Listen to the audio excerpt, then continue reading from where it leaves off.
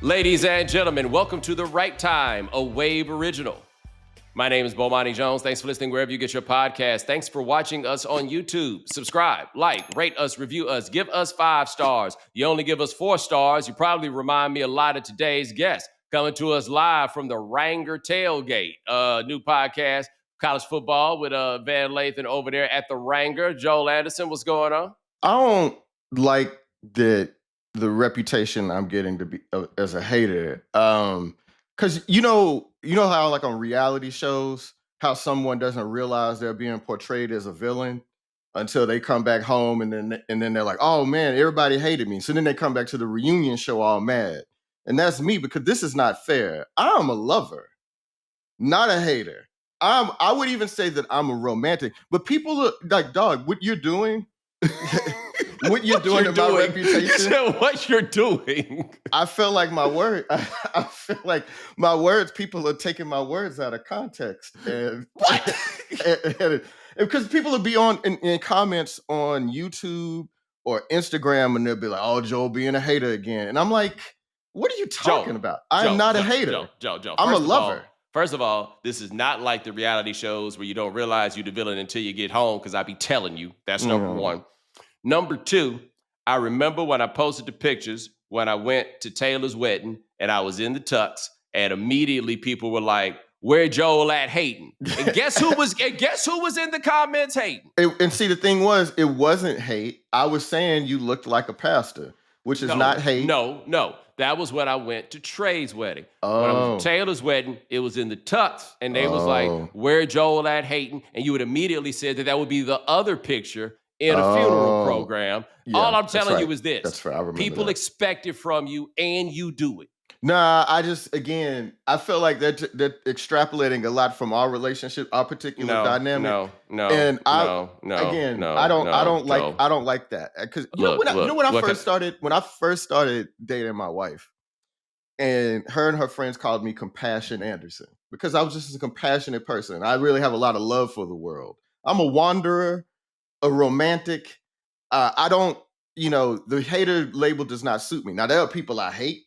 There are things I do not Joe, like. You're the most vengeful person I've ever met in my life. How could that ever be? I haven't even done nothing to nobody, man. Would you like to? Yeah. Yeah. But I think that's what makes me, I think that actually, you know what it is? It's peaking. It's your greatest achievement coming when you was 10 years old. Come see, if you all are looking at this, who's the one who's hated so far? Okay. For those who don't know, Joel was the fastest 10-year-old in America. Just so we clear, it was a pretty stupendous feat. I think, I was talking about this with somebody the other day. I'm like, so I'm 47 years old now. What difference does it make if you were great at 18, 23, or 10? You should be able to talk about their accomplishments. Like when you were the best or you were great at something at any age prior to the age you are now, it should be something you're proud of. And people make fun of me for talking about being the fastest 10-year-old in the country. But okay, great. You were a 5-star recruit when you were 17 years old. Well, you 43 years old now. So, okay, we can all move on. Yeah, okay. As if we don't make fun of them Al Bundy types also. like you a different brand of Al Bundy. It's cool. Hey, man. I was good in high school, too. Hold on, I know, man. 4 touchdowns. Not in a whole season. In one game. One game? That is, by the way, one of the greatest running gags in the history of television is Al Bundy's 4 touchdowns in one game. I love it. Polk High. I always say, though, if you had ever scored 4 touchdowns in one game, you'd understand why you'd be talking about it 30 years later. I ain't gonna lie. I wish I had scored. If I scored 4 touchdowns in one game, and I guess maybe it's because I'm from Texas, so like what it means to compete at high school football at a high level in my brain maybe means something a little bit different. But if I scored 4 touchdowns in a varsity football game, you'd hear about me. Yeah, that's what I'm saying. I mean, so people were hating on Al, but now I've kind of come to understand. I was like, oh man, he need to pop his shit. That was don't let people forget. I mean, again. The fastest 10-year-old in America would be able to relate. Hey, buddy, I got to run something by you right quick. We going a little bit too long talking about this other stuff when we got all this good college football that we can talk about. I'm curious. Where are you? I find myself evolving on this, but in the year of our Lord, 2025, where are you on that boy Dabo? So I think that Dabo, I don't feel sorry for him, it's not the word, but I look at him like a man who is rapidly um out of place in the current environment in which he works, right? Like he just is no longer. He's like honestly, I don't feel sorry for Mike Gundy, but it's sort of similar to Mike Gundy. I'm just like, oh, like you're just not built for this particular era of college football, and people want to hold you accountable for that, and you're understandably being like, what have y'all done before me? Like, who are y'all? You know, like who are y'all? Who are you to judge me? You can go back to being. They used to say Clemsoning was a thing that people used to say about us. It's like, Yes. is that what y'all want back? But that's not really what people are talking about. They're just like, hey, man, could you embrace the portal a little bit more? Could you do the NIL thing a little bit more? Could you be more excited about that stuff and get us back to the level we were at? But yeah, I feel sorry. What about you? Because please don't tell me that you're warming to this dude. Yeah, I am. Come on, man. You getting old. You getting old. No, it's not even this. Dabo did things at the time when everybody like super duper hated Dabo that made me be like, you know what? I'm with you there, right? And so the first time I looked up at something that Dabo did, and I was like, huh. And I don't know if you remember this. I think it was 2015. Mm-hmm. And Deion Kane was a freshman receiver on that team, and Deion Kane was really good. Mm-hmm. And he failed a drug test, and so he did not play in the Orange Bowl, which I believe it was the Orange Bowl, the semifinal game there, right? Mm-hmm. He was eligible to come back for the championship game, and Dabo did not put him back in. Now, I think it is preposterous, assuming that the drug in question was marijuana. I think it is preposterous, the idea that they were even testing for it, the idea that he would miss game the first or anything. Like, that's how I view things. I have a respect for the fact that even in the face of his own self-interest, Dabo believes that that's the devil's lettuce that you out here smoking. And with the option of being like, but oh, well, we're going to bring you back. No, his principal belief is that you should not be playing, right? I don't agree with that, but I got to appreciate a man that stood on his square in that moment when most of us would have absolutely found ways to do gymnastics around it, right? I think I find very often that I can ride with somebody with whom I don't agree when it becomes clear to me that they mean that shit that they talking about, right? Right. And I think that the way in which he meant it in that case was probably something that was a little bit positive, but it made me have to be like, okay, I see where you're coming from, right? I see that you believe some of these things that you are actually saying, right? So for now, the portal thing, for example, I think that allowing players to transfer and play immediately was something that they ultimately had to do because of the mobility between coaches. But I also believe is something that is very, very bad for the overall health of college football. I don't think, and that I don't think is nearly as beneficial to the players as we would like to think it is, right? Everybody in this country has the right to make bad decisions. And so you have to allow them to make those bad decisions, but we are making it easier for bad decisions to be made. For him to make the call of, I want to build my team. I want it to be us. I want this to be continuous. I want us to have a unit, right? And I don't just want to be out here playing free agent football. Everything that he said before about how he did not want to coach a college football team, I feel like he is demonstrating that, no, I told you this isn't what I want to do. This isn't how I think it should be done. And I'm going to try to win this in the way that I want to win it. I have a respect for the fact that he's doing that. Now, what works against him, obviously, is he had one of the great runs in the history of college football at Clemson with the Deshaun Watson, Trevor Lawrence years, right? Like it really, really goes into that particular time period, okay? Right. He exceeded what any of us ever thought was possible at the job that he has. Right. I don't think that level of success that we're discussing is possible again at that job. Yeah. But nonetheless, he did what seemed impossible. He made it happen. Now people want that again. And he could get addicted to the we gonna be top 3 every year and do all the things. That ain't the way he wants to do the things. I get you if you're a fan and you don't like the fact that that's not what he wants to do. But I admit that I respect somebody standing on his square about it when I think that in this context, the square he's standing on is not a it's not a bad one, right? Like, I think it is, at the very least, morally defensible.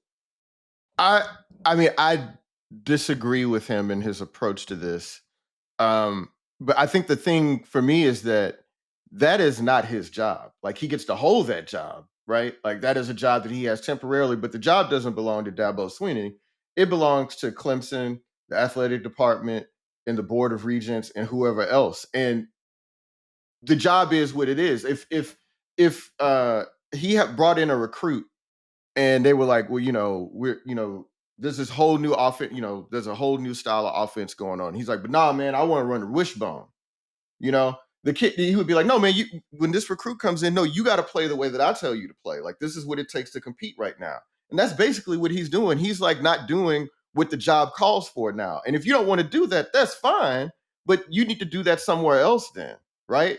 Because that, again, the job belongs to the school, not Dabo Swinney. And he seems to believe that I'm Dabo Swinney, this job belongs to me.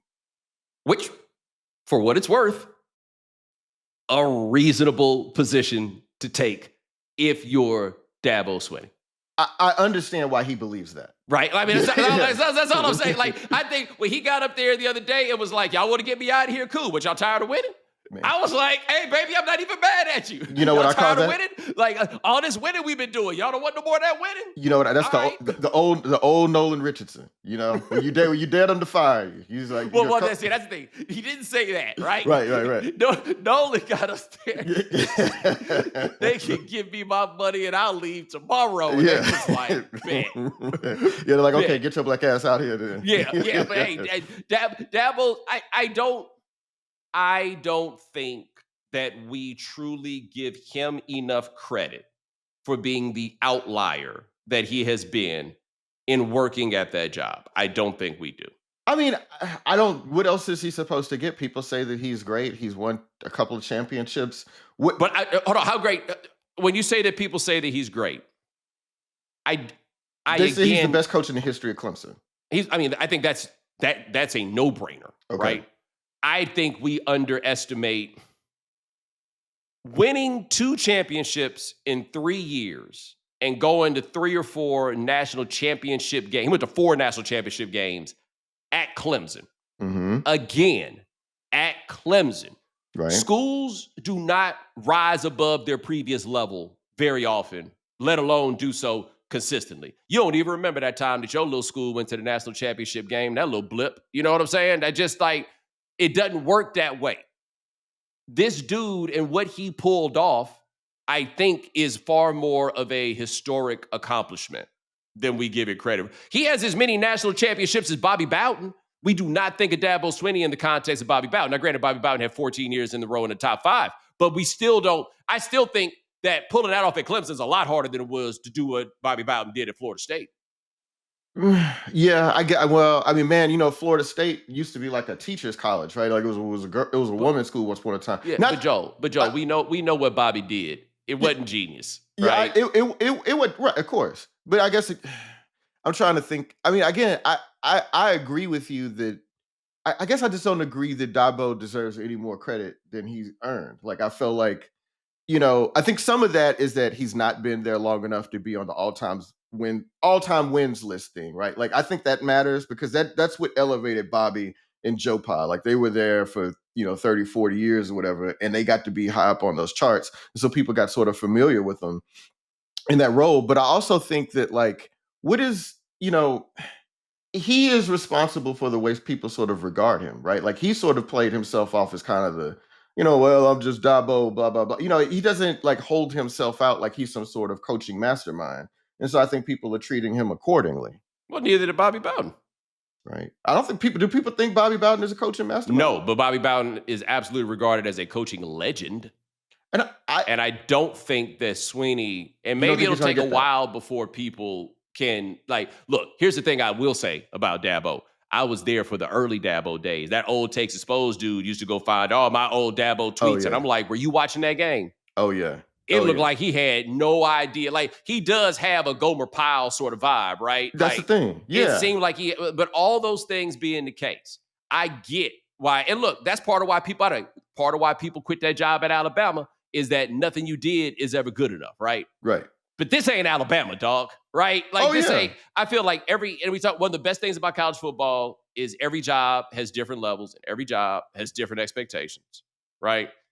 It is fascinating that this job, just because they beat Alabama a couple times, they Yeah. seem to be under the impression that they too are Alabama. They think they're a blue blood, and that's just not how it is, and that's how it's going to work. You know, also real quick, Dabo is 55 years old. He He's sure is. good looking dude, you know, for his age. I think Well, he was also younger when he started that job than I realized. Yeah, I think that I wonder if that's also sort of a part of it. Like a lot of his theoretically, a lot of his coaching resume is still yet to be done yet, right? Well, although, you know, it seems like the way things are headed, there used to be a time when we were growing up, coaches would retire in their 60s. You know, like Grant Taft and Spike Dykes. You know, people, they would just leave. They wouldn't coach. Darryl Royal 70s. left at 51. Yeah. You know, man, when you were talking about the Cowboys documentary and people were talking about, oh man, you know, I thought Tom Landry was like 90 years old, you know, the way people talked about him, and he was in his mid 60s when he left the game. And so that's just kind of how, you know, it used to be. People seem older, but like Dabo's sort of a young guy, and people have this expectation that he's going to be coaching for a long time. And so people may look at this and say, well, that was sort of a historical blip. The coach that you actually are is this 9-3 guy who struggles to adapt to the changing times. Like you caught lightning in a bottle, but now, you know, you have the rest of your career to live up to that level. And I guess that's the frustrating part. Would we then say that about Darryl Royal? They had that 30-game winning streak when they brought the wishbone out there, right? That is a significant part of the legend. And then he went out on 5 straight terrible losses to Barry Switzer. I don't think we look back and say that what you really were was this other thing after this thing flipped up, right? Who do you think is the greatest coach in Texas? Do you think it's Mack Brown or do you think it's Darryl Royal? I think you probably have a better argument for Royal than you have for Mack. Okay. So the tricky part in evaluating that obviously is the whole race thing. Right. And I don't know exactly whose vote it was to decide to stay in the Stone Age, as long as that program. I mean, Texas was the last team to win a national championship with number white players. Like, I don't know that part. Mack was the first coach at Texas to have like a fully integrated team, and it's a lot of underachieving that went on there, and also the best team in the history of the school. Right. Also, yeah. I mean, I think the thing, you know, some of that is it, and I think this is kind of what Dabo is laboring under. Everybody, like, because Nick Saban did it, and we see this in other things too, because Tom Brady did it, because LeBron did it, like, we're seeing like longevity and greatness in ways that we just never saw before. Like, people get to be great and have these amazing runs for so long, things that are basically unprecedented in the history of sports, and they think that that's just the way things are supposed to be. And so, like, you're right. Like, Clemson fans are looking at Dabo and they're just like, well, man, Nick Saban won 7 national championships. Why can't you be doing that? But the thing is, everybody's trying to do that. Like, college football is extremely competitive. You're only probably going to win 1 or 2. Like you said, Bobby Bowden only won 2. The reason he only won 2 is sometimes he underachieved, but also it's really hard, man. And especially the way they used to do college football, where it's like one loss would doom you, one bad Saturday would doom you forever. So I just wonder if, like, you know, Dabo is laboring under these unrealistic expectations that we place on people that have experienced some greatness, and we think, oh, they're supposed to be doing this over and over and over again. And that's just not really the way things work in coaching or sports or anything. Up next, Kirby Smart. He's the next guy. Hey, look, man. Georgia is another program that we could argue was a bit of a historical underachiever. Absolutely, it is. Yeah. The landscape now, the Georgia as a state that exists now is different than the Georgia that existed as a state. You could argue when Vince Dooley had the job, and I think that is maybe the most interesting thing about this program, that the job that Vince Dooley had is much different than the job Mark Richt had, and the job Mark Richt took is much different than the job that Kirby Smart now has, right? And look, that program still do weird things. Charles McDonald and I talked about this. Hadn't had a black quarterback in the last 20 years, for example. Was the last one DJ Shockley? DJ Shockley was the last one. Oh. And I'm trying to think, Quincy Carter was the one before him. Yeah, Quincy Carter, man. And before him, I think it was some boy that was running the bone. You know, like that's where I think that was. But with Georgia is achieving in a way where, all things held equal, you can make an argument that year in, year out, Georgia and LSU should be the two best schools in the SEC year in, year out. If you hold all these other things equal, they are Georgia. Even with Texas in there now. Yes, because Georgia is in effect the only game in town in the state of Georgia. Yes, Georgia Tech is there, but you got to pass. You got to take calculus. You know what I'm saying? Right. Like you got a whole football team that's good at math. Good luck with that. LSU is the only game in town there. Where I always say the trick bag about Texas is that I've thought about more and more as the years go on is that Texas is now, because of the money, able to get guys from these other places. But the truth is, the only players that geographically live close to the University of Texas are from Texas. It's the same way with Texas A&M. Now, they found some market inefficiencies. For example, no player from the state of Arizona wants to stay in Arizona. They all leave. It is the craziest thing. I don't know if this has changed in the last couple of years, but go pull up like Bijan Robinson, I want to say, went to high school in Tucson and wouldn't even go visit. Wow, man. At the University of Arizona. You know what I mean? So, like, in Texas, you can really only recruit players from Texas. And you're going to get some of them, right? Right. At LSU, you're basically getting every good player from Louisiana. And you can go a little bit over there and get some Texas boys. And you could go over there and get some boys from Alabama and from Mississippi. You see what I'm saying? Yeah, like, I mean, LSU is so spoiled that they were still mad at Joe McKnight, God rest his soul. Just because he had the nerve to turn them down and go to USC. Yeah. And they are so spoiled that it makes you forget that they are a plus minus 9.5 win program with a couple of blips. Man, I wish my co-host Van Lathan was here so we could jump him together, because I'll be telling him like, hey man, LSU doesn't have a right to sit up here and talk to people, with about a bass in their voice. Because when I was growing up, if Texas A&M beat LSU on a Saturday, it'd be like, okay, that's about right. Yeah, yeah, they should be LSU. Like nobody until Nick Saban showed up, nobody was scared of LSU or anything like that. It's like, but Nick Saban is their Mac Brown, right? Mm-hmm. Is there Bobby Bowden? Is there Stellenberger, Jimmy Johnson? Which is to say, hey man, you see all these black dudes over here? Man, they might want to play for us. Bo, this is the one time we're gonna get along. I'm gonna have to ask you to come onto the show and have this fight with me with Van, because I told him, I was like, in a manner of speaking, Nick Saban sort of integrated the SEC, but certainly like the LSU. I'm not meaning it literally, but I'm like, yo, functionally, like the number of guys, they started getting the people they were supposed to get. Like all the bad feelings that people had, are the generations of people that had to go to Southern and Grambling instead of LSU. Once LSU seemed like a viable option, they started going, and Nick Saban tapped into all that, right? Look, I have talked to my good buddy Marcus Spears about this. And Marcus Spears was in that LSU freshman class of 2001. That's the first full Saban class and the one that begins what we're talking about. And for those of you who don't know, Marcus Spears was like the number one tight end in America. Like he was a serious. He was a tight end, by the way, too. Yeah. He was he was a hooper too. Yeah, that's right. Like he was a spectacular athlete. Like that was the thing. But he was that guy.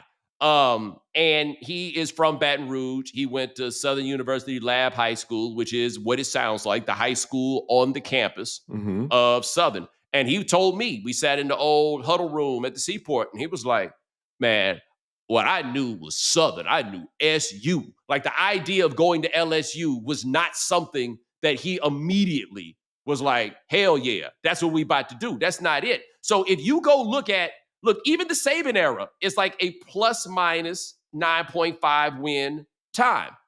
The Les Miles era, which we have to remember, was a lot longer than the Saban era. And good gracious, was that fun? I don't know what it was. We miss it, man. We miss it, man. Oh yeah. But look, this is the Nick Saban. I mean, the Les Miles run: 2 loss, 2 loss, 2 loss, 5 loss, 4 loss, 2 loss, 1 loss, 3 loss, 3 loss, 5 loss, 3 loss. That's like a plus or minus 9.5. I mean, they won a national championship with 2 losses. Yeah, man. Yeah, that's right. With 2007, right? Yep. Yep. Yep. Yeah. But they're like a plus 9.5. Let me think of some other programs that I think, Undefeated in generally regulation. speaking, Texas is like a plus minus 9.5 win program. That's the thing. See, this is what I'm saying. Like, everybody sort of gets it in their head that the great run that they had is a thing that should always be happening. But Right. everybody out there, most schools, with the exception of like Ohio State, and I guess I said I'm struggling to whether or not I should include Alabama in that, because Alabama has had like great runs, but also when we were growing up and we were talking about like when Alabama beat Miami in the national championship game, we were like, damn, I didn't know Alabama was good like that. Like, it kind of came out of nowhere for our generation of people because we had not seen the Alabama that everybody had been talking about from the 70s and stuff. Right. Now, so the thing is, Alabama's had 3 runs, but it was like this 1 decade run, this 1 decade run, and this 2 decade run. Yeah, 20 years. Like calling that a run feels like so. But again, we gonna find out. The thing is, Alabama has no built-in advantages, right? Right. So I think you and I would agree. The highest floor is at Ohio State. Absolutely. Right. And that's why they're like, anybody can do this. They're not that much in a rush to fire a coach. They don't sweat it too hard when it's time to hire a coach. The machine will produce. Right. Then there are these kind of high variance schools that have the potential for great highs, but also great lows. And the one I'm thinking about in particular there is Auburn. Oh my God. I was just about to say, you're going to say Auburn, because that's exactly the school I think about. Yeah, right. Like, they could be 4-8 one year and they could be 12-1 the next. Right? Yes. Yeah, like Auburn is like that. You get weird jobs that are like Florida, I contend. I think now at this point, all 3 Florida schools, now that everybody knows that Florida has players, high ceiling, but also a lower floor than you would expect. Yeah. But also the ceiling has gotten tougher and tougher for any of those schools to achieve. Yeah. Right. It's been over a decade since any of them won a national championship. That's right. I mean, yes, they had the lock on the talent. And also, and I don't mean to diss Florida, but I feel like I have the right. I lived there for 4 years. Them college towns aren't as nice as people think they are. Like, like Gainesville is not, you could do worse. When you're growing up, you think, oh, Florida, palm trees, beach. That is not what Gainesville or Tallahassee is, right? It is not. It is not. Now, Gainesville, I went to Gainesville. I gave a talk there earlier this year. Okay. And it's got a little more cracking than I expected. Tallahassee, look, man, South Georgia, North Florida, lo mismo. Okay, like just let y'all know that that's part of what helped when Bobby was there, because they could go get them boys from South Georgia. But lo mismo, I need you to understand that lo mismo. They are I have had that happen to me before, where I ain't see the state line and I ain't even realize I made that flip. I mean, look, man, it's the drive from Tampa to Tallahassee is one of the just most God forbidden, just desolate, boring drives in the history of driving domestically. Like, it is really boring and bad. It is a hard place to get to, and when you get there, it ain't that special. But the one thing that they did kind of have, and everybody, Florida A&M it helps them overcome some of those issues as well. Like, so that's an advantage they have. Okay. I just want to throw it out there. I am certain that helped. Mm-hmm.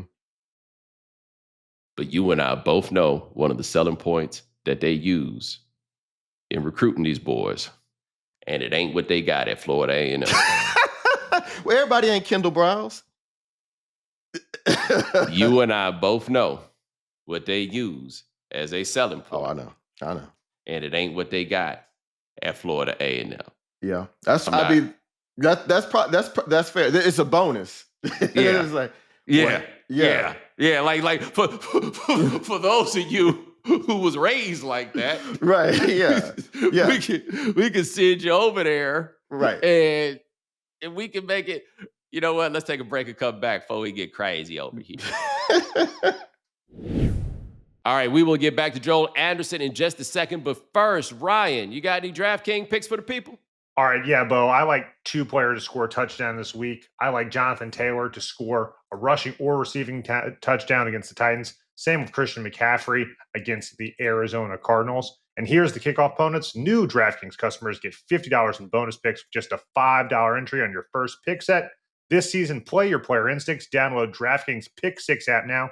and use code BOMANI. That's code BOMANI. Just play $5, get 56 in pick six bonus picks, make the call, ride the upside, and partnering with DraftKings Pick Six. The crown is yours. Gambling problem? Call 1-800-GAMBLER. Help is available for problem gambling. Call 888-789-7777 or visit ccpg.org in Connecticut. Must be 18 plus, age and eligibility restrictions vary by jurisdiction. Pick Six not available everywhere, including New York and Ontario.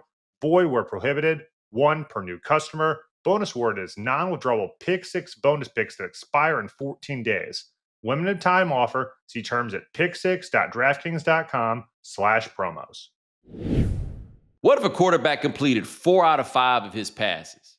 Or a point guard hit 4 out of 5 behind the arc? Well, now when you're hiring, you can play at that level because 4 out of 5 employers who post on ZipRecruiter get a quality candidate within the first day. From healthcare to hospitality to business services, manufacturing, and more, ZipRecruiter makes hiring faster and easier. And today, you can try it for free at ZipRecruiter.com/Bomani. ZipRecruiter doesn't wait for the right candidates to find you. ZipRecruiter scouts top talent for you. First, when you post your job, ZipRecruiter hustles to start showing it to the most qualified people. Then, ZipRecruiter races to build a roster of great candidates for your job, and you can invite your top picks to apply to encourage them to apply sooner. See for yourself. Go to this exclusive web address to try ZipRecruiter for free. ZipRecruiter.com/Bomani. Again, that's ZipRecruiter.com/Bomani. ZipRecruiter, the smartest way to hire. All right, we are back with Joel Anderson, who just did one of those things he says he doesn't do, but we cut that out of the show. Check him out at the Ranger Tailgate Show with Van Lathan. And it's funny, you say you want me to come in there and gang up on Van. You just be hating on whoever you do a show with. But I believe we talked about this. Or maybe we didn't, but either way, I talked to somebody about this. I really do love the fact that Bill got 2 black dudes and Tate Frazier, he be with y'all too, talking about college football because they be acting like we ain't on it. And you learn very quickly that boy Van is italicized on it.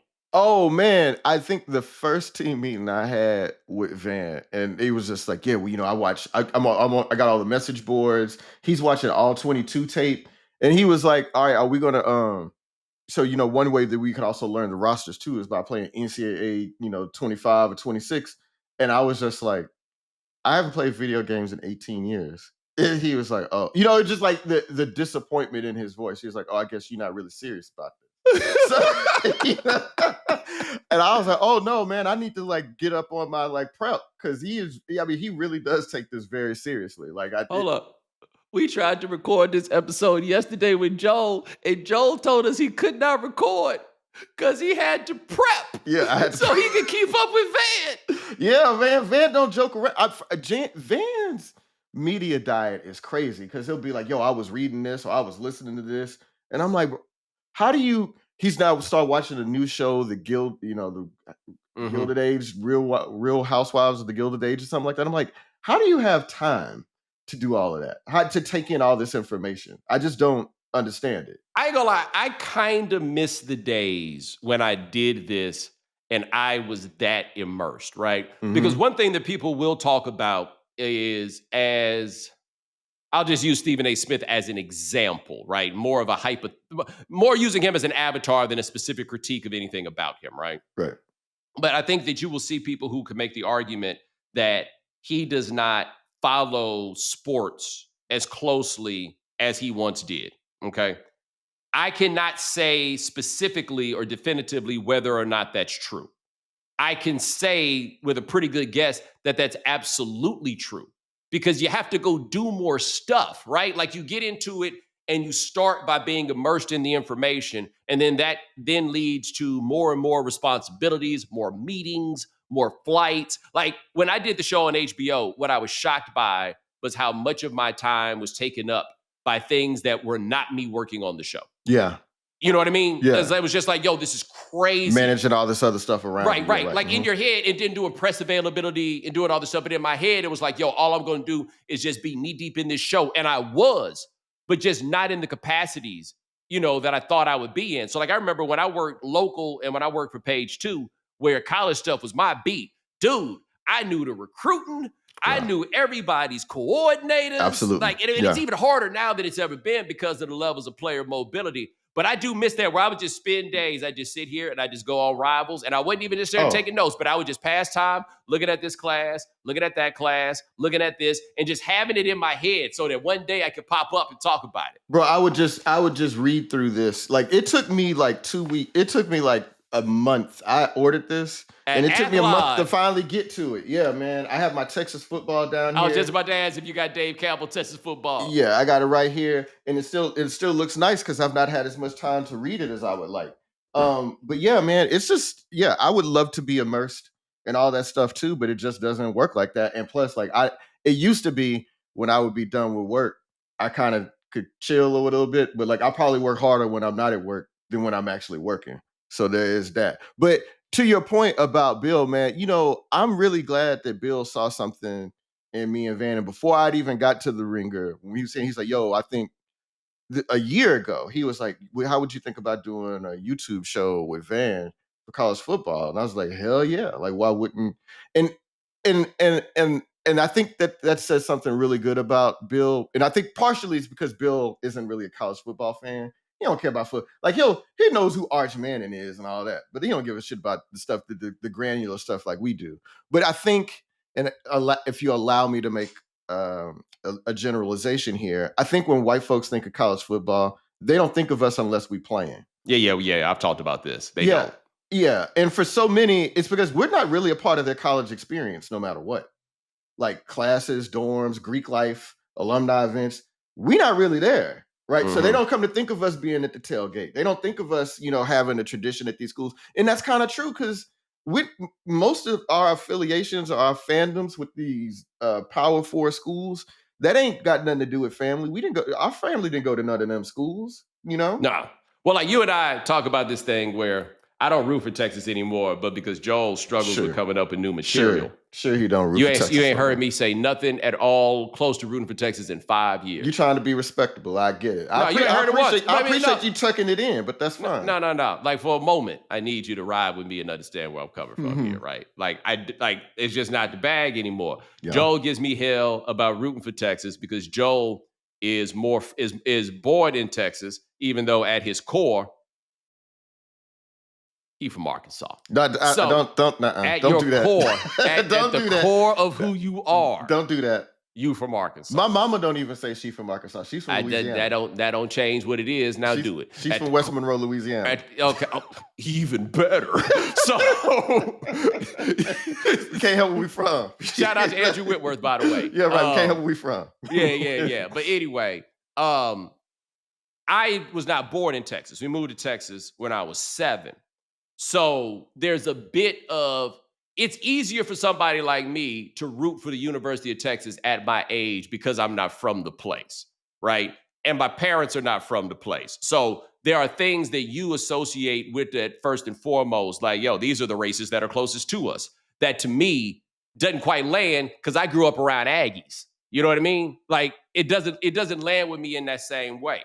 I say that simply to say, we in the first real generation of Black people rooting for the home team. Right. When it comes to these schools. And being able to do so without any sort of like moral conflict or quandary. Now, you still got Mississippi where Jackson State with Dion, without Dion, is selling 40,000 seats. Yeah. Because, a little part-tied, you know what I mean? I mean, Ole Miss is a tough sell even today. I'm sorry. Can't do it. Yeah, can't just do like, it. I don't know. If you say it. you're Ole Miss fan and you Black, I'm like, Yo, look, man, everybody want to love the crib. I understand that, but yeah.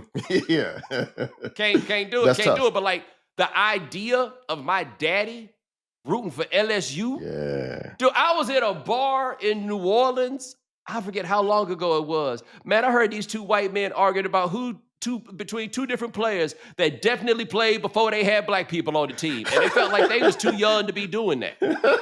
You know what I'm saying? Now, on this show, we have already talked about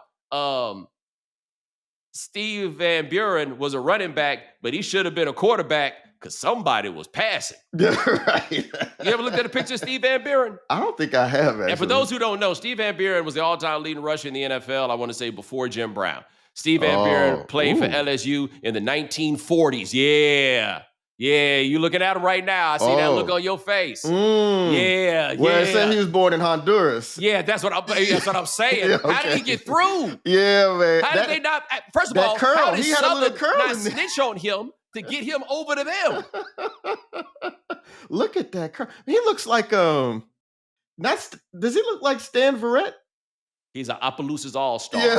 Is what I like to refer to them boys as. He one of them. You know what I'm saying? But no, but what you say is true, is that my point that I was making with that is that the culture of white colleges, to me, it's amazing how segregated it remains. Mm-hmm. Like from top to bottom. And when you look at those clips of like the student section at the games.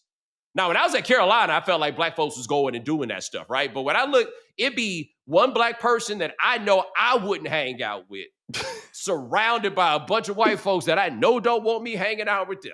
Oh, look, man. I mean, why do you think those viral videos outside them sorority house, that is a message to white folks about what they think the college experience is like? You know, all the sorority girls dancing and all that stuff. And people got all mad about it, but it's just like, yo, like, that actually is what their college experience is like for a lot of them at those big state schools. That, like, it does not involve a lot of black people. We are not a part of that experience. And so it makes, like, have you ever tailgated? I've never tailgated at like a game like that. I have at Carolina, I have. Okay. I did it at UAPB. Okay. But that's it. I've never tailgated. Even at TCU, I've never done that. But like, that is not a world. And I'm no disrespect to my alma mater, you know, but like, that is not a world that I felt that I should be over it. Yeah. So I did it at Carolina, and the people I was tailgating with are a little bit different. It's my good buddy Joey Powell, and this won't mean nothing to those of y'all who ain't from North Carolina, but Joey from Fayetteville. So the crowd is going to be a little bit more of a hodgepodge of humanity, because that's how Fayetteville gets down. Is Fayetteville the Port Arthur of North Carolina? No. Kinston is the Port Arthur of North Carolina. Fayetteville got the base, though. Oh, okay. Fayetteville, a.k.a. Vietnam. Yeah. So, like, once you get the base, now we start, we mix it in some different stuff. Okay. When we start talking about that, Fayetteville, them different. You remember my man Joe in Raleigh? Yeah, of course. Joe from Fayetteville. Oh, is he really? Yeah. Okay. Yeah, Okay. So like, Fayetteville goes a little different. But no, That's the funny. cultures it's so wild to me. The cultures are so segregated. And like to me, I always looked at the cats that went to the white schools. I'm like, y'all better be out here hanging out with white people. Otherwise, I don't really understand why you put yourself through this. I know, but man, you know, I just think a lot of parents, you know, I mean, you had the same thing. My parents went to HBCUs, and while they had a good time, they thought they were denied something in terms of education. They just thought, you know, the white man's ice was colder, I guess. Yes. You know? And so they were adamant. My parents never let me go to school in my neighborhood or you know, the college I wanted to go to, which I know you'd be clowning me, but Morehouse was like my dream school. You know, I grew up. I mean, that really, explains it. School days really put me like, and I knew that Mission School Days, which was Morehouse. filmed at Clark Atlanta University primarily. Okay, my bad. Yeah, respect. Did you know that Spike Lee took all his mass comm courses at Clark College? Excuse me, it was Clark College. I know that because you've mentioned it before. I'll mention it till I'm blue in the face. I ain't a hater. I even told Spike that, and Spike was like, "You know what? You're right. I need to talk about that more." Okay. Has he done it? But yeah, I mean, look, I wanted to go to a black Hold up. Did you see it? Do you see? That's just slip that hate in there and they try to keep it moving. Has he done it? And then just keep on moving like they didn't even let it go nowhere. See, that's the thing about it. You try to be slick with it. I'm not even. I feel like I'm gonna have to put out a poll. Like, you know, do you think of me as a lover or a hater? Because I feel like there's people out there that see my warmth, my fundamental warmth for humanity, and my compassion. And the one person who thinks you a lover don't love you enough to go so far as to listen to my pod just because you want it. I mean, hold on. She listens to this pod. Oh. Tell her I said thank you. Yeah, She'll listen to what I'm on it. She'll listen to my football pod neither though, but that's okay. She watches it because I'm handsome. So just so we clear, She don't watch it when it's just you talk about your stuff, but when she know me and you gonna be having substantive discourse, she be over here. I was talking about you. But she also watches the tailgate too on YouTube too. Oh, she a fan of Van also. No, she a fan of me. She a fan of me. She might like Van. I don't know. I haven't asked her about it. She did like Tate. She did think Tate was very nice. Yeah, she's a very nice white boy. And you know what? Tate is cool. Tate got something like Van said. Tate got something with him. You know, that's at North Carolina. Tate went to Carolina, right? He went to Carolina. Yeah. Yeah, Tate's good with my guy Charlie Hume. Who would be hilarious if he was on the pod with you guys, because that would be like a sitcom. Oh, really? Oh, man. We love Charlie, but we are from different worlds than Charlie Hume is from. Really? See, man, I don't know Charlie that well, so I gotta. Old money Charlie. You probably heard him referred to as that on the Levitard show. That's Charlie Hume. That's Charlie Hume. Oh, okay. That's it. But yeah, no, man. You know, yeah. I mean, I'm just, you know, because Van went to Southern. His father was a Southern, but he became an LSU fan, and I just thought I became. I never looked at those games with Texas A&M, probably because I didn't have any proximity to it. I didn't realize Texas A&M was that close. But in the late 80s and 90s, I'm looking at Texas A&M and I'm like, they seem to have all the brothers. You know what I mean? Like, I was like, they had a black quarterback. For people that don't know, Kyler Murray's daddy was Cole. Like, Kevin Murray was, I think, a 2-time Southwest Conference Offensive Player of the Year. He probably should have played in the NFL, but there was different times back then.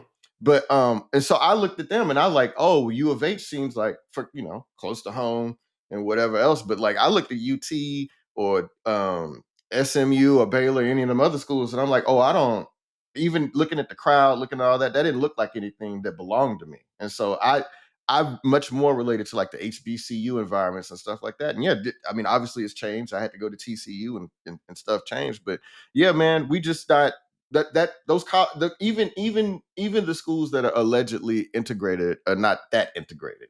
No, and it's only going to get worse. Oh, I mean, they ain't going. I mean, it seems like our mere presence will be suspect going. Yeah, forward. I don't know when it will be safe to talk about these things.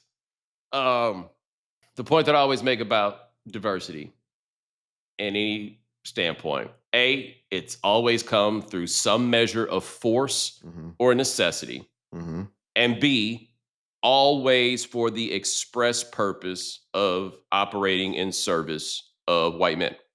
Right? Like the move has never been because it's the right thing to do. If you go look at like the affirmative action paperwork from the lawsuits in the Supreme Court and stuff like that, the argument is that diversity is a noble goal if it is better for the campus at large, which is to say, if it is better for the white people who are already there. Right. Otherwise, nope.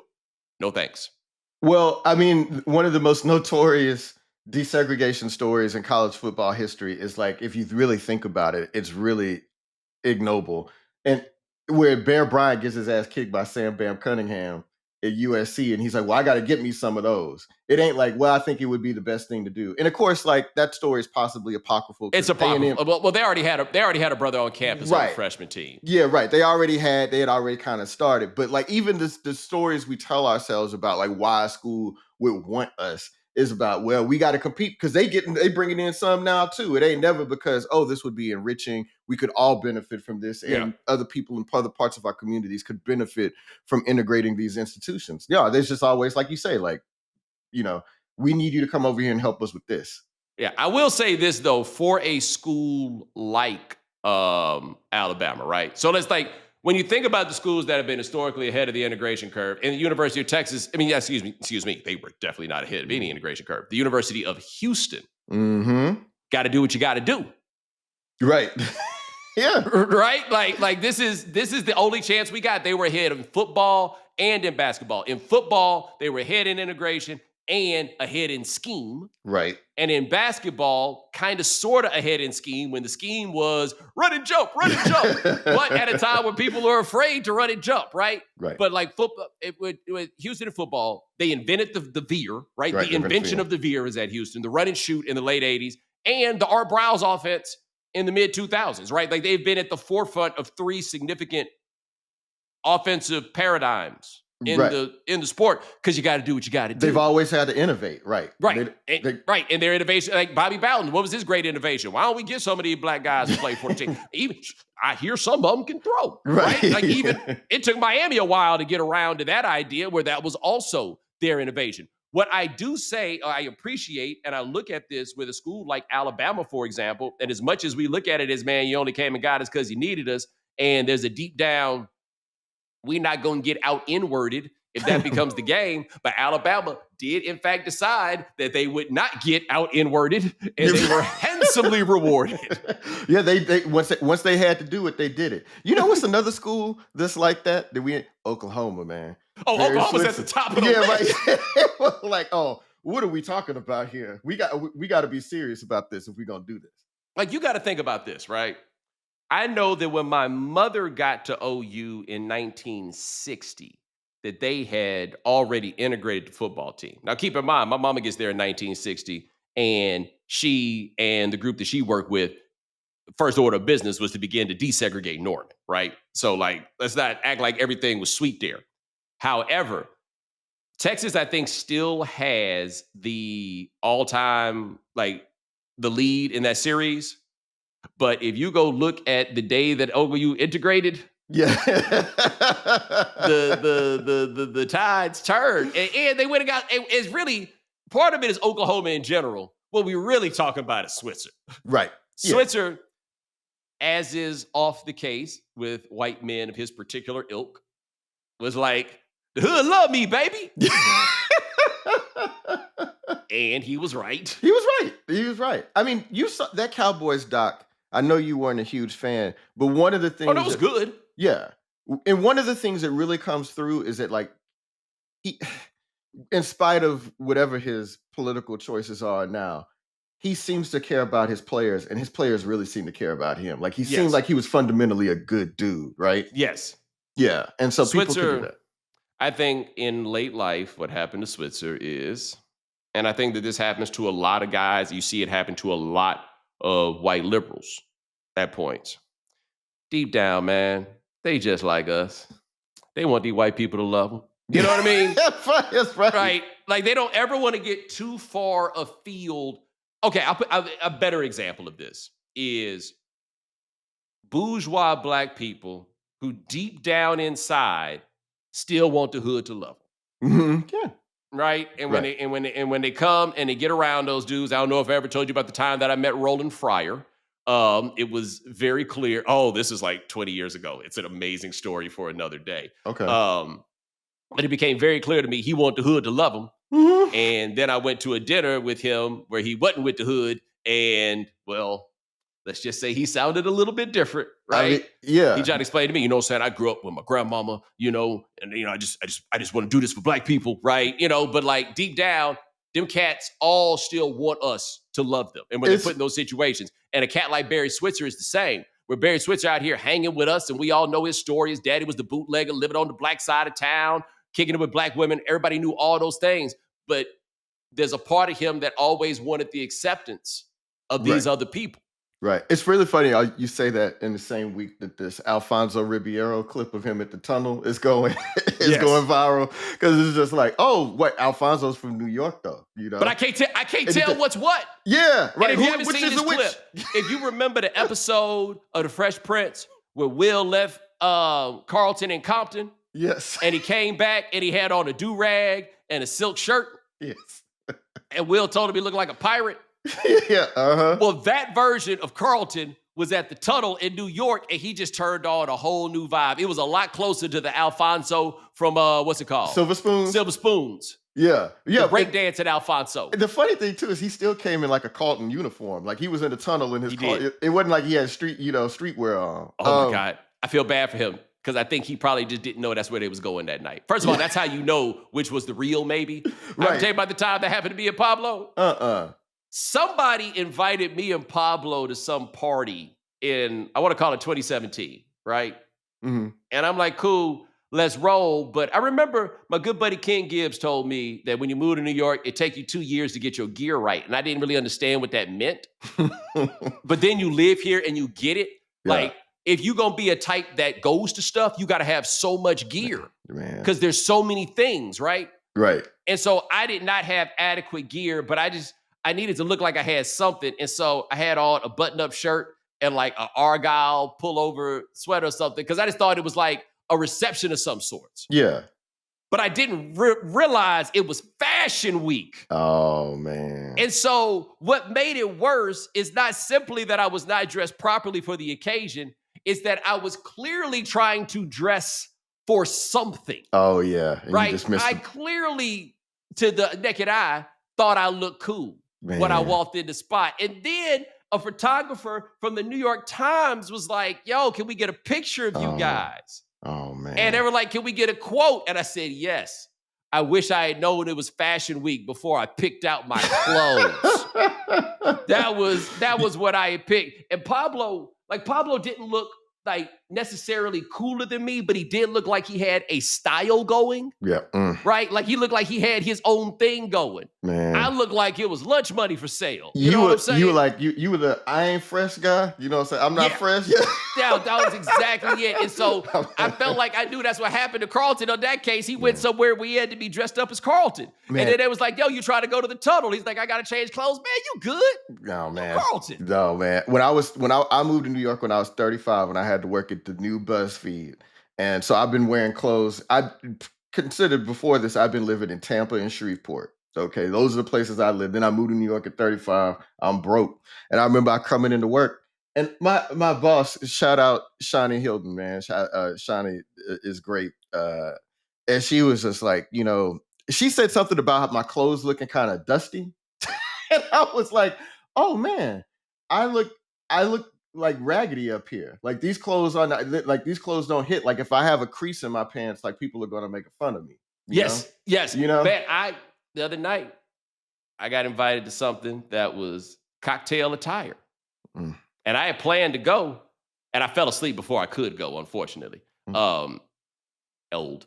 Like, it was a Wednesday night, baby. But anyway, I was really struggling with that cocktail attire because, you know, after I put on a little bit more weight, I had those things, but now they don't fit, and I never re-upped them because that stuff don't be coming up no more. Oh, man. And then I was just like, I don't have adequate gear. And it took me back to the days of what you was talking about. It's like, oh, my gear is simply not up to snuff. Yeah, man. You know, you just be like, and like going out and buying clothes. I'm just like, I there was a time in my life when I used to love to go out and buy clothes. I'm like, yeah, I'm gonna get that. I'm gonna put this on. I don't want to do that no more. You know, I just don't. Yeah. I don't have that kind of energy, and I don't want. Well, if you tell me I got to dress up to go someplace too, I would probably be like, I'm probably not gonna go there.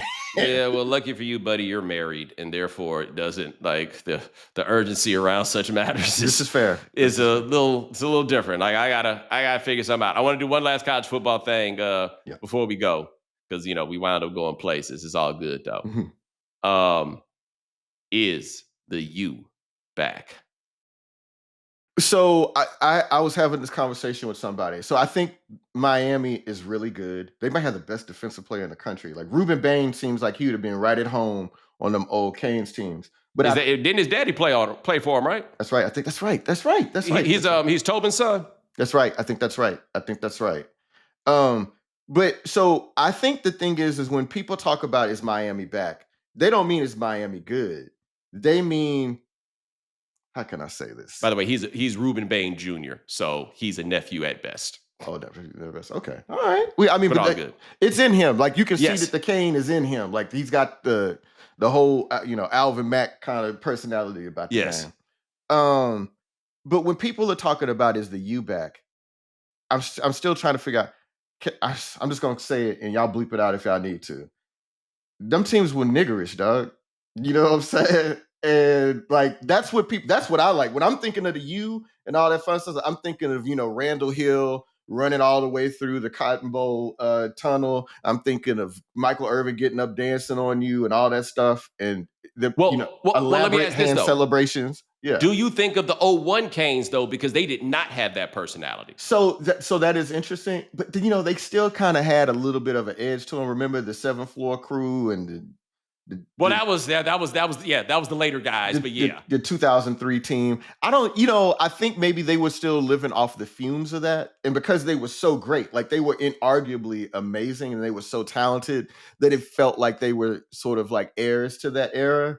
But no, I don't think I didn't love them in the same way. And you can never love a sport or a team in the way that you do when you're 11 or 12 years old. And that's when Miami was great. And that left the thing. But do you think of them as back just because they're good? Well, no, because being there, it's kind of like when people say, is Texas back? I'm like, oh, they're going to win 10 games, 9 years in a row, right? Like, is that like, you're not going to establish that in a year. Like Texas, as good as they were last year. Right. That is not an establishment of backness, though the roster looks like those MAC rosters. And let's not get it twisted. Those MAC rosters were like monstrous. Oh right? Yeah, absolutely. Earl What I find interesting about Cristobal coaching that team is that he is like the forgotten scion of Saban because he's not in the SEC. So we don't think of him in the ways that you think about Kirby or even Jimbo, where Florida State was an SEC school, not in the SEC, right? But Kirby, Will Muschamp, Lane Kiffin, we can rattle off more like these. Mel Tucker. Yeah, yes, there's that. But the Saban guys, right? What makes it interesting for me is that Cristobal is a Kane, first of all. Yes. But he is absolutely a Saban guy, which is Compton and Long Beach together. Now you know you're in trouble, right? Like you are putting together two of the most dominating traditions that you've had, right? And so where Mario, the other difference between Mario, or the big difference to me between Mario and the Saban guys is they are known much more for being tacticians than Mario is. And that is not what Mario's giving you. But Mario is getting them boys, and they go line up. Right. And they got some access to some cash. And look, the Miami football program has never been based on out-scheming you. No. We're going to get really good players, and we're going to rush 4, and we're going to drop 7, and we're going to run the ball a lot. And then we're going to throw it when we need to because our receivers are faster, but we're going to get you that way. So you take a great offensive line coach and put him in the fastest state in the country, and you have a chance to really make something happen. Yeah, that's the thing. I mean, that's the thing about Miami is that they're even right now, they're great along the lines. I bet it's just kind of funny for Carson Beck to have been at Georgia, which is, we think of like one of the most badass programs of recent vintage. But he was running for his life last year and not looking good and didn't really have anybody to throw to that he was excited about. And now he goes down to Miami and he's like, oh, this is what it's like to have a little bit more space back here. I got a little bit more time back here. And that's because that's what Mario is all about, building up those offensive. They are not going to be soft. They may be stupid. They may make mistakes. Don't Mario be doing things. He played for a 40+ yard field goal against Notre Dame in that game. And I'm just like, you won the game, cool, but you thought that made sense to put the game on the foot of a guy that was a fairly new kicker, and it was like a 40+ yard kick? That didn't make any sense to me. So yeah, they may do dumb stuff and time management stuff, and they may drop a game. But yeah, like they're gonna be tough as shit. Like they're gonna have the boys out there for real. And look, man, the ACC will give you some warm-up competition before you come out, to play the games. But in the end, it's still a really good place to get players. Oh man, yeah. And it's not what it was when nobody had figured out that they had the players, right? And they just had a complete lockdown of the area and an ability to go get the guys they needed from out of state. Having a down University of Texas, which is always helpful in helping you. A lot of that run in like the late 80s, early 90s, down Texas, down OU. Right. So now you could go get Gary Dallas Gibbs boys. There. Yeah, like you could go get what's his name? Jesse Armstead, for example. Right. I think Kevin Williams, as I'm not mistaken, was another one of those. But you could go get those guys. Now everybody got in there. Like they were still doing great business recruiting South Florida. Yeah. You just got to get a little bit more than that. Yeah, I mean, now you got to do that because everybody takes South Florida kids. I mean, remember Amari Cooper going up to Alabama, stuff like that. Well, that was the thing. Saban was going down there. Yeah, he's like, oh, Jerry Jeudy. Yeah, he's like, oh, I know they down here. The thing about Miami that is tough is that they just don't have the same pageantry. None of the stuff. Like if you go to a game at LSU or you go to a game at Alabama or Auburn, and then you go to a game down there in Miami, it's just not gonna feel the same. And so I bet if you want, you know what? So when I was in Tampa, I covered a kid named Vernon Hargreaves. If you remember Vernon, he he was the best high school player. Right. His daddy was a coach for those Miami. He was a linebackers coach, I think, for Miami during that Andre Johnson and Ed Reed run. And so he wanted to go to Miami, Vernon Hargreaves. And he was just like, man, when I went down there, it looked like it did when I was growing up. Like, he just said all the facilities were old and they didn't have everything. And he's like, I just couldn't go down there. And so, yeah, man. That's because they would like to be good, but they ain't want to be good. Right. But that also happens, those schools that have a built-in advantage. Mm-hmm. North Carolina basketball has suffered this fate multiple times. Yeah. They're like, yo, people grow up wanting to come here, right? They commit before they get here. Why do we need to do this? And then you look up one day and it's like, wow, this carpet's really old. And then you wind up having to like turn everything open. And that was the same thing with Miami. They're like, what are you talking about? These boys just want to stay home. Yeah, they want to come to him. Right. And then they also reached a point where they're like, no, actually, people trying to get the hell out of here, dog. Like, it's a little bit like Brian Pater is those sorts of stories I don't think did Miami any favors. Absolutely. Yeah, it looked just a little like grim and dangerous down there, right? Because they had another kid that got killed on that team back in the 90s, right? Like during the Ray Lewis era. They had I mean, look, here's the thing, man. If you was from, you know what I'm saying? Yeah. If you from there, yeah. Whether you should stay or whether you should go is just a very interesting question, depending upon who you are and what your reasons are, right? But like, take New York City, for example. These kids are using basketball not to stay. Right. Yeah. Well, they trying to get down to Atlanta. Remember when they trying to get anywhere? Yeah, out of that town. Absolutely. Anywhere but the crib, you know? And so, no, I think that program is so interesting. And now let's see where it is, because Mario is not a caned by personality per se, but he's of it, right? Yep. And I will say this is the last thing I'll say about this before we got to give Joel back his time. When the players looked like they was about to set it off in 2020 against the colleges and all that, I wound up on the phone call with Javon Holland, who now plays for the New York Giants. Okay. He played for Oregon. Cristobal was the coach at Oregon at the time. And look, man, Holland was a dude that had like he was a ringleader of this sort of thing. The Malcolm X poster on the wall, all of that stuff, right? Which may not seem to be the case if he real zoomy when you look at him, right? Yeah. But like, I was so impressed with Holland in that interview that anytime something good happens to him to this day, I'll send him a text and be like, hey, man, I see what you're doing, right? Because look, man, that dude said in 2020 when they was looking like they was going to set it off, he was like, I know exactly what I'm stepping into. And if this costs me whatever, I did it for the right reasons. That's somebody saying that at 21 years old. I like that, man. That's you know what I mean? Like, that's a stand-up dude. And that stand-up dude could not have loved Mario Cristobal more. Really? Like, in a really sincere, profound way. Like, he had an admiration for the fact that Cristobal didn't necessarily agree with everything that he was saying about how he wanted to handle that situation, but the way he listened and entertained everything that everybody had to say in that time. Like, Cristobal, from that, I came away from that feeling like he's what you want a college coach to be. Yeah. As terms of leader of men, molder of men type of guy, right? I just don't know, if he can coach. Right. It might not even matter. And, I guess that's part of the legacy of being part of those Canes teams. You have to learn, man. Like, sometimes when those guys run the locker room and you exposed to all these guys and you in the games that they in and the experiences they in, like Mario probably picked up a lot living with those dudes. And so, yeah, how could that not impact him when he has to get to coach those guys later, right? Right. Like, that's like Kirby, Look how Kirby can talk to them boys, man. Kirby was in the DB room. Yeah, man. Yeah. You got to remember. Right. Kirby was in there. I think he left before this, but like Kirby in there with Champ. Yeah, man. I mean, you're going to have to learn some things when you're in those rooms, man. You learn how to talk and move in certain kind of rooms, man. And look, Kirby played, right? That's right. He was a good player. I don't know if he was all SEC, but he was like, I think he was. Was he all SEC? Yeah, he was a very good college football player, man. Yeah, Kirby was a good player. Will Muschamp, it didn't seem like it, but he clearly knows some things about talking to these boys. Yeah, he was in the DB room. I mean, look, man. I mean, Nick Saban. I mean, it was a different era, But Nick Saban is a DB coach, man. Yeah. You know, and it gives you a chance. And that's why you saw Nick Saban doing line dancing in people's homes and looked like he do all the steps. Like he didn't know nobody walk him through it. I'll tell you right now. We talked about this on here before. He know the Alexa slide. He know the bus stop. He know the Harlem. He know the Harlem shuffle. He know the cha-cha slide.